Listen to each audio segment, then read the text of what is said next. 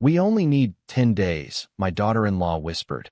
And that was the moment I knew our family vacation was never about sunshine or beaches. It was about our house. My name is Harold Bennett. I am 74 years old, and after 50 years of marriage, I have learned that betrayal rarely arrives shouting. It comes smiling, carrying casserole dishes, offering to help with your luggage. My wife Martha and I had invited our son Jason and his wife Nicole over for Sunday dinner. The roast was warm, the table was set, and the June light fell softly across the kitchen we had paid for one careful mortgage payment at a time. Jason poured iced tea like a dutiful son. Nicole kept asking cheerful questions she had no real reason to ask. Did we remember to stop the mail? Had we told the neighbors we'd be gone? Where did we keep the spare garage remote these days? Small questions. Harmless questions. Unless you knew how greed sounds when it tries to whisper. Martha caught my eye from across the table. She had heard it too. That same polished tone Nicole used whenever she wanted something expensive. "Dad, you two deserve this trip," Jason said, carving the roast as if he belonged at the head of my table. "Florida, ocean view, no responsibilities. 2 full weeks. 2 weeks." He said it too quickly. I nodded and smiled the way old men do when younger people assume we stopped noticing things years ago. The truth is, age does not dull the senses. It sharpens them. You stop being distracted by noise. You begin hearing intent. Martha reached for my hand under the table. Her fingers were cool. We had raised Jason in this house. We painted his bedroom walls ourselves. We measured his height in pencil marks inside the pantry door. We helped with college tuition, his first car, the down payment on his first condo. When he married Nicole, we welcomed her like family. And yet over the last year, something had changed. Jason asked more about our finances than our health. Nicole admired our neighborhood more than our company. They spoke of the future in ways that never seemed to include us. After dinner, Nicole stood by the kitchen window with her phone, speaking softly. "Yes," she said. "They leave Tuesday morning." Then she noticed me in the hallway and smiled, so brightly it almost hurt to look at. Later that night, Martha sat on the edge of our bed brushing her silver hair in slow strokes. "Do you think they'd really do it?" she asked. I looked around the room we had shared for half a century. The oak dresser, the wedding photo, the lamp she always left on for me. "I think," I said carefully, "that we're about to find out who our son became when we weren't looking." She lowered the brush. "What do we do?" I opened the nightstand drawer and removed an envelope I had signed 3 weeks earlier. Then I set it beside her hand. "We go on vacation," I said, "and we stay close enough to watch." We left the house at 7:30 Tuesday morning with 2 suitcases, matching sun hats, and the kind of cheerful wave neighbors expect from retirees headed somewhere warm. Nicole had insisted on driving us to the airport, but I told her our old sedan still worked just fine. She looked disappointed for half a second before the smile returned. Jason hugged Martha in the driveway, quick and distracted, already glancing toward the front door. "Text me when you land," he said. Land. It was interesting that he never asked what time our flight departed.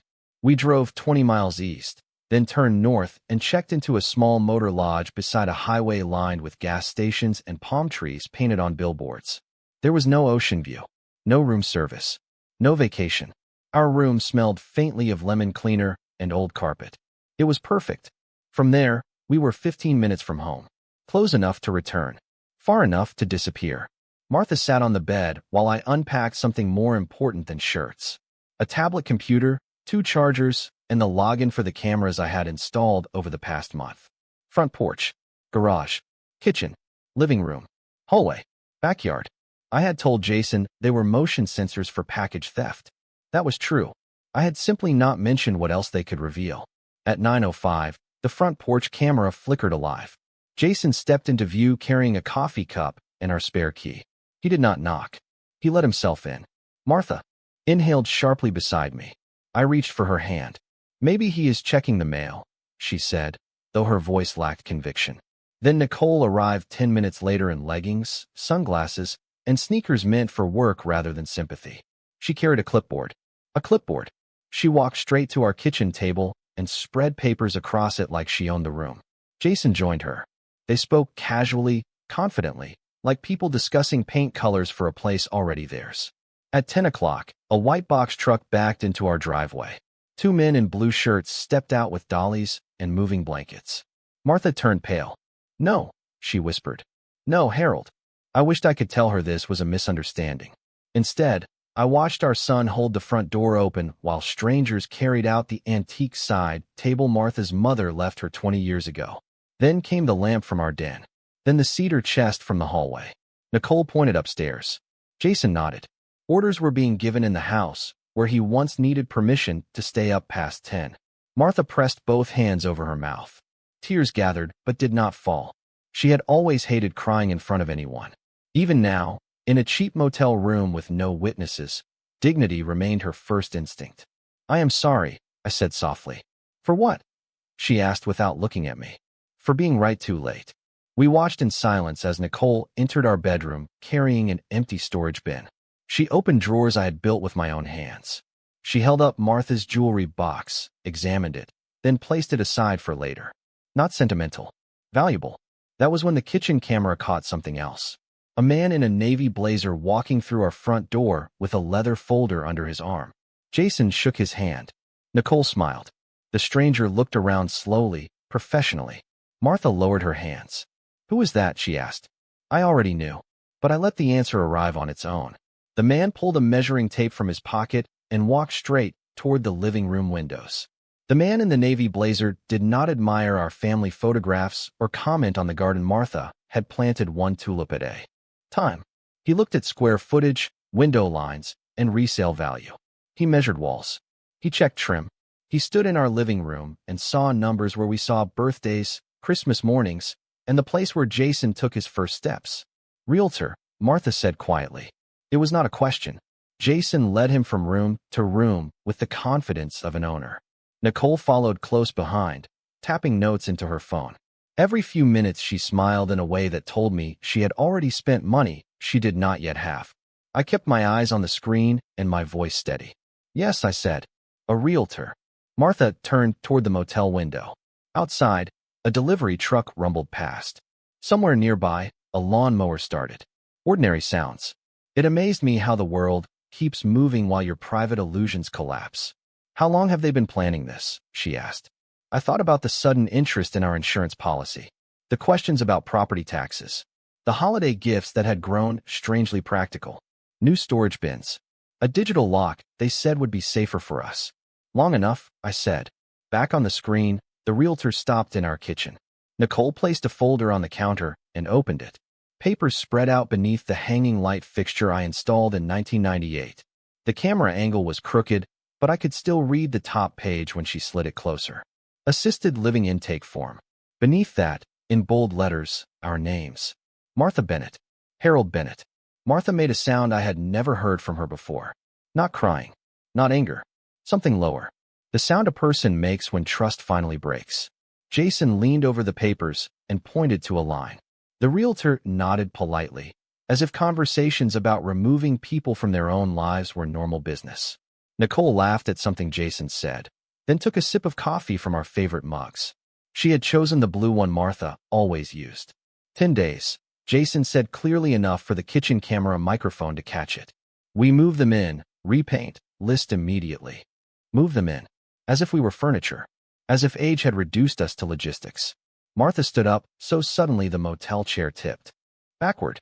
She paced once across the room, then stopped with both hands pressed flat against the dresser. I want to go home right now. We will, I said. But not yet. She turned on me then, hurt flashing brighter than grief. How much more do you need to see? I waited before answering. Because the truth matters, but timing matters more. Enough, I said. To make sure they can never call this a misunderstanding. She stared at me for a long moment, then slowly sat back down. That was one reason I loved her for 50 years. Even wounded, she could still choose patience. On the screen, movers carried out boxes marked holiday decorations and family albums. Nicole pointed toward the garage. Jason opened the side door with the code I had watched him memorize months earlier. He thought he was clever. He never knew I changed it last night. The keypad beeped red 3 times. He frowned. Nicole crossed her arms. The realtor glanced at his watch. I felt something calm settle inside me. Then I reached into my overnight bag and removed another folder. Inside were closing documents signed 3 weeks earlier, effective today at 5 o'clock. I placed them gently on the bed between us. Because, I said, our guests are arriving this afternoon. For several seconds, Martha said nothing. She simply stared at the closing documents resting between us like a second heartbeat. Then she touched the top page with 2 fingers, careful and slow, as if afraid the paper might disappear. You sold the house, she said. I sold the house, I answered. With a delayed transfer that becomes official today at 5 o'clock. Her eyes moved from the papers to me. Hurt was still there, but now it stood beside something steadier. Relief. Why did you not tell me? She asked. Because if I told you, you would have looked at Jason differently. You would have seen it. And I needed them comfortable enough to show us exactly who they are. She closed the folder and leaned back. I do not know whether to kiss you or scold you. Either would be fair. For the first time that day, she almost smiled. On the tablet, chaos had not begun yet, but irritation had. Jason jabbed the garage keypad again. Red. Light. Nicole tried next, then looked around as if the correct code might be written on the bushes. The realtor pretended to examine crown molding while clearly regretting his schedule. One of the movers asked something from the driveway. Jason waved him off sharply. Even through a camera with no sound, frustration has a posture. Martha folded her hands in her lap. Where will we go? She asked. It was the practical question, the one she always asked after storms. Not why me. Not how could they. Simply where next. A condo near the marina, I said. Single floor. Elevator. Smaller kitchen, but enough room for your baking. She blinked twice. You bought another home too? I put a deposit down last month. Harold Bennett. My full name meant I was in danger and forgiven at the same time. You planned all of this alone? No, I said. I planned it for us. She turned back to the screen. Nicole was now opening cabinet doors, deciding what to keep. She removed our plates 1 stack at a time, setting some aside and others into boxes labeled donate. Our wedding china, chosen after months of saving, was apparently unworthy of her style. Martha watched quietly, then surprised me. Take the blue set, she said. I always hated that pattern. I laughed before I could stop myself. A real laugh. Small, rusty from lack of use, but real. It filled the motel room and loosened something in both of us. At noon, Jason ordered sandwiches delivered to our address. He tipped with my account card still saved on the delivery app. Nicole sat at our kitchen table eating turkey on rye while discussing paint colors named Coastal Mist and Clean Linen. The realtor returned with printed comps and estimated listing prices. He slid the papers across the counter with professional enthusiasm. Jason looked at the numbers and grinned the way he used to grin opening birthday presents. Martha lowered her gaze. I remember when he smiled like that because I made him a bicycle cake. There are griefs no one prepares you for. Not death. Not illness. The grief of realizing your child can admire profit more than people. I squeezed her shoulder. Then let us give him one final surprise to remember. At 2:15, my phone rang. It was the title company confirming transfer completion. At 2:30, another call came from the buyers. They were early and eager to see their new place. I gave them the address and told them the front door would already be open. At 2:47, a silver SUV pulled into our driveway. A man stepped out first, tall and careful in the way people move when they are trying not to seem excited. Then came a woman in a sun hat carrying a folder against her chest. They stood for a moment looking at the house the way Martha and I once had, imagining dinners, holidays, and ordinary mornings that become a life before anyone notices. That is them, I said. Martha straightened in her chair. The buyers. The buyers. On the tablet screen, Jason was still in the kitchen comparing numbers with the realtor. Nicole was wiping down the counters as if preparing for a magazine photo shoot. Neither of them noticed the couple at the front walk until the doorbell rang. Jason frowned and opened the door halfway. The man outside smiled politely and offered his hand. I could not hear every word, but I did not need to. Some moments speak clearly without sound. The woman held up a set of keys. The realtor appeared behind Jason, confusion already forming in his posture. Jason turned, said something quickly, then looked back at the couple. Nicole came to the doorway, smiling the smile she used whenever she believed strangers would be useful. It faded almost instantly. The realtor took the folder from the woman, opened it, and scanned the first page. He read again. Then he removed his glasses, cleaned them, and read a third time. Martha leaned closer to the screen. Oh my, she whispered. The realtor turned to Jason with the cautious expression of a man stepping around a sleeping dog. He spoke for nearly 30 seconds. Jason did not move. Nicole grabbed the papers and skimmed them wildly, page after page, as if facts might rearrange themselves under pressure. The buyer couple stayed calm. They had probably assumed they were walking into an empty property. Instead, they had entered a family truth. Jason looked toward the hallway, then toward the garage, then back at the realtor.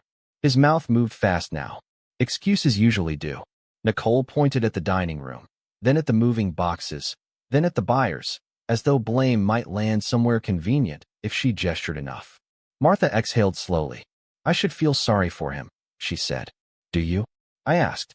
She watched our son stand in the center of the kitchen he planned to sell and shake his head at consequences he never imagined. Not yet, she said. One of the movers rolled our cedar chest back inside. Another carried in the lamp from the truck. A third asked Jason where everything should go now. Jason had no answer. Ownership had left the room. I picked up my car keys. It is time, I said. We drove home in late afternoon sunlight, the kind that makes familiar streets look softer than they are. When we turned onto our block, Jason's car was still there. So was the silver SUV. So was the moving truck. Our lawn looked perfectly normal. The roses Martha planted near the mailbox had begun to bloom. Strange how beauty continues beside foolishness. I parked at the curb and helped Martha out of the car. She adjusted her blouse, lifted her chin, and smoothed her hair. Grace can be a form of armor. We walked to the front door together. It was open. Voices spilled from inside. The buyers were in the living room. The realtor stood near the fireplace. Nicole was arguing in a tone she once reserved for customer service hotlines. Jason saw us first. His face lost all color. Martha did not raise her voice. She simply stepped across the threshold, looked around her home, and said, I hope no one moved my blue china. No one answered Martha at first. Silence moved through the room faster than shouting ever could. The buyers stood near the fireplace, uncertain but observant. The realtor lowered his folder and took one careful step backward, the universal movement of a man who prefers contracts to family drama. Jason opened his mouth twice before words arrived. Mom, Dad, we thought you were in Florida. We were, I said. Briefly. In spirit. Nicole recovered faster than he did. She always had. There has been a misunderstanding, she said, smoothing her blouse as if wrinkles were the true emergency. We were helping prepare the house for your future needs. Martha looked at the open boxes marked donate, then at the dining room chairs stacked against the wall. How thoughtful, she said. And the realtor? Nicole smiled tightly. Just exploring options. The buyer in the sun hat glanced at her husband. They both understood they had interrupted a lie. Jason stepped toward me with the expression he used as a boy when caught sneaking cookies before dinner. Older face. Same panic. Dad, I was going to tell you. When? I asked. Before or after you moved us into assisted living? His shoulders dropped as if someone had cut strings inside him. Nicole turned sharply. Jason, do not stand there and let him accuse us. That sentence told everyone in the room exactly who had been steering the ship. Martha noticed it too. She always noticed tone before content. No, she said calmly. Let him stand there. He has spent years sitting down inside himself. Even the movers stopped pretending not to listen. I walked to the kitchen counter and picked up the intake forms. Our names were printed neatly beside emergency contact lines Jason had already filled in. His own number first. Nicole's second. There was a blank space where dignity should have been. I folded the papers once and placed them back down. You planned our future, I said, without asking whether we wanted one. Jason rubbed both hands over his face. I was trying to make things easier. For whom? Martha asked. He did not answer. Because greed often borrows the language of convenience. The realtor cleared his throat softly. Mr. Bennett, since ownership transferred this afternoon, I should confirm the property is now legally in possession of the purchasers. Nicole turned to him in disbelief. You cannot be serious. He gave a small professional shrug. I am serious for a living. The buyers almost smiled. The woman in the sun hat stepped forward. We are very sorry for the circumstances, she said to Martha. We love the rose garden. Martha nodded. Then please keep it alive. That was her gift. Even wounded, she could still speak kindly to strangers. Jason stared at her. You sold the house 3 weeks ago, I said. After I realized my son asked more about square footage than my blood pressure. He sank into a kitchen chair. Nicole did not sit. People who run on control often do not know how to rest. Where are you going to live? She asked, as though logistics still belonged to her. Somewhere smaller, Martha said. Somewhere with fewer keys to hand out. A mover wheeled our cedar chest back into the hallway and asked where it should go. Martha pointed toward the front door. Into our car. Then she looked at Jason one final time, not with anger, but with something harder to bear. Disappointment. You could have asked for help, she said. Instead, you chose access. Jason looked as if the room had tilted beneath him. He kept one hand on the kitchen table, fingers spread across wood Martha polished every Saturday for 20 years. Nicole remained standing beside him, arms crossed, chin lifted, still trying to wear confidence after it no longer fit. The buyers moved quietly into the living room with the realtor, giving us space that was never really space at all. It was witness. Dad, Jason said at last, voice lower now, stripped of performance. I made mistakes. Yes, I said. You did. He swallowed hard. But I am still your son. There are sentences people save for emergencies, hoping blood can erase behavior. I studied the man before me and remembered the boy who used to run through sprinklers in the yard, the teenager who asked me how to tie a tie before prom, the young husband who cried when his daughter Emily was born.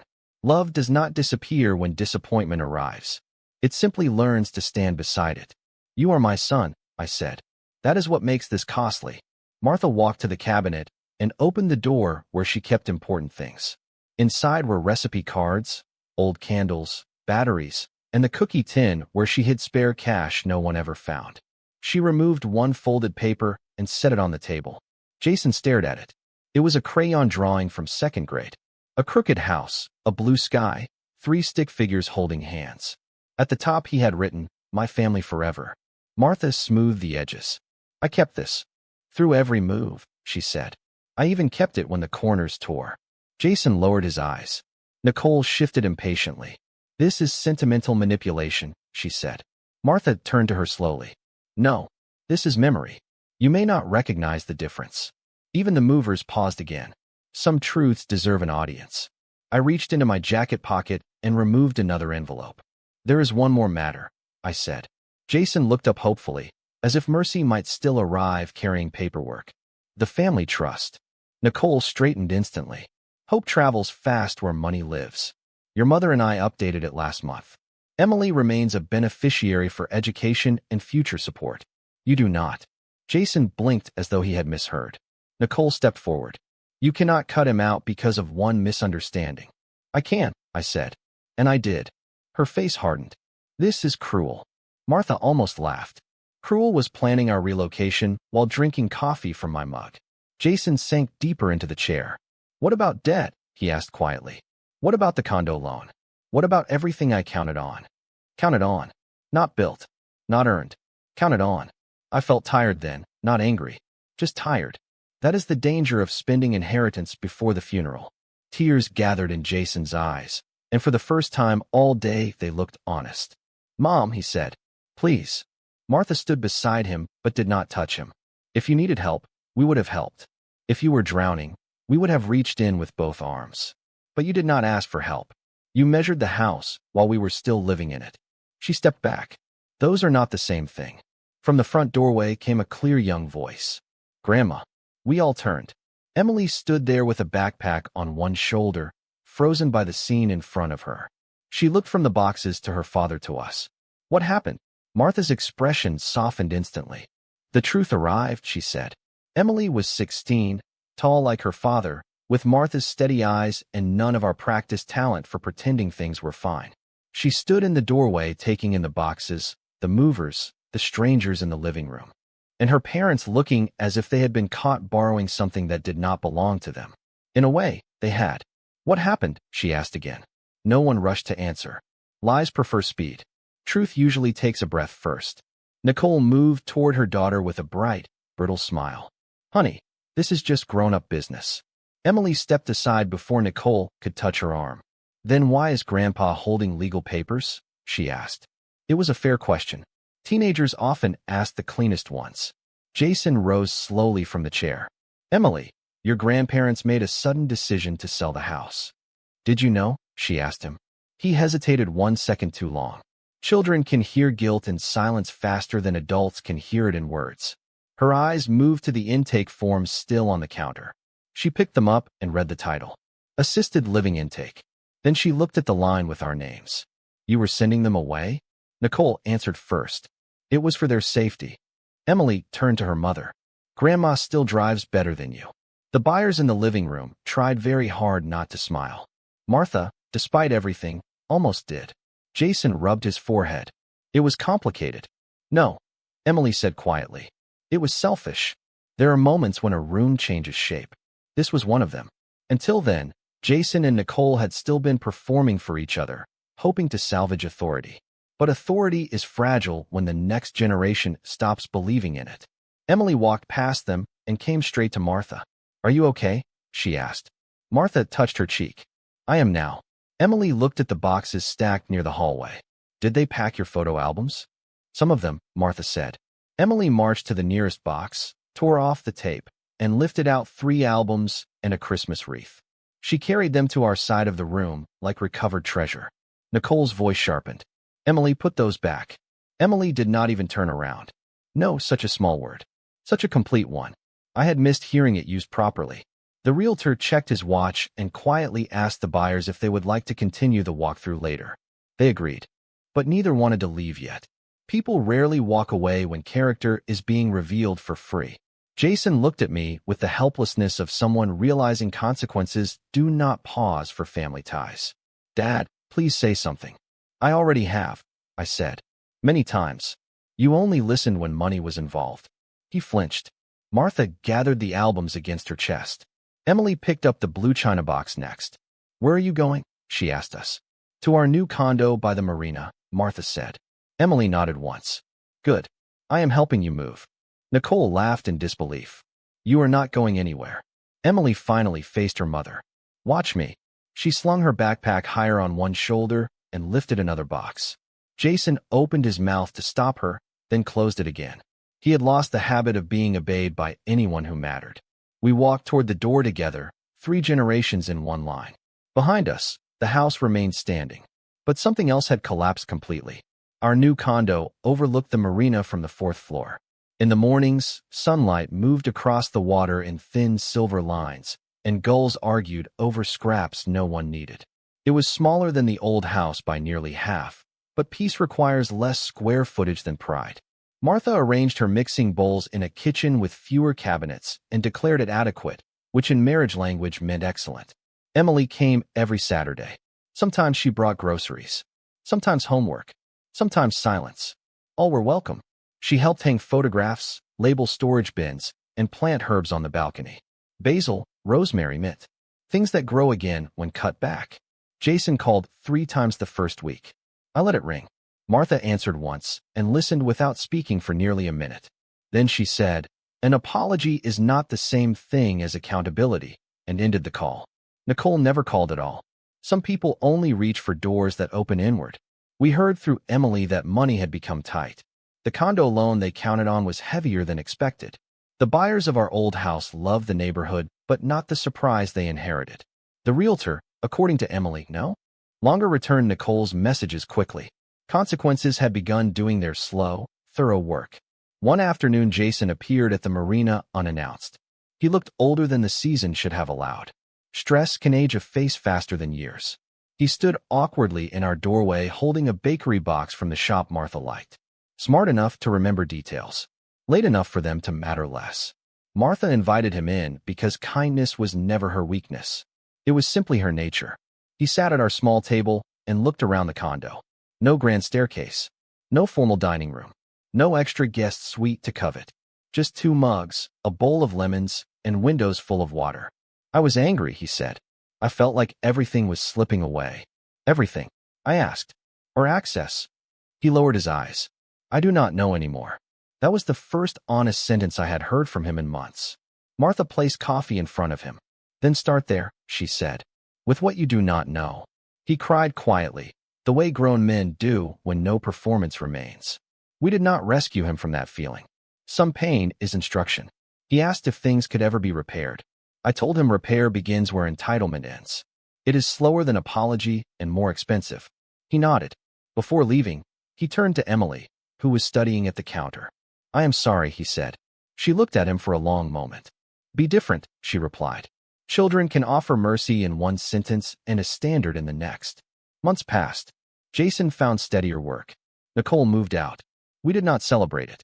Ruin is not a victory when family is buried underneath. But boundaries can be. At Thanksgiving, Jason came alone and arrived early to help set the table. He asked before opening cabinets. He carried dishes without being told. He thanked Martha for the pie twice. Small acts. Honest ones. After dinner, he noticed the old crayon drawing framed beside the bookshelf. My family forever. He touched the glass and said nothing. Neither did I. Outside, boats rocked gently in the dark water below.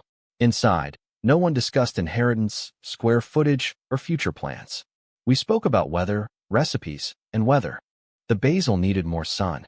It was the simplest meal we had shared in years. Sometimes losing a house is how a family learns what home was.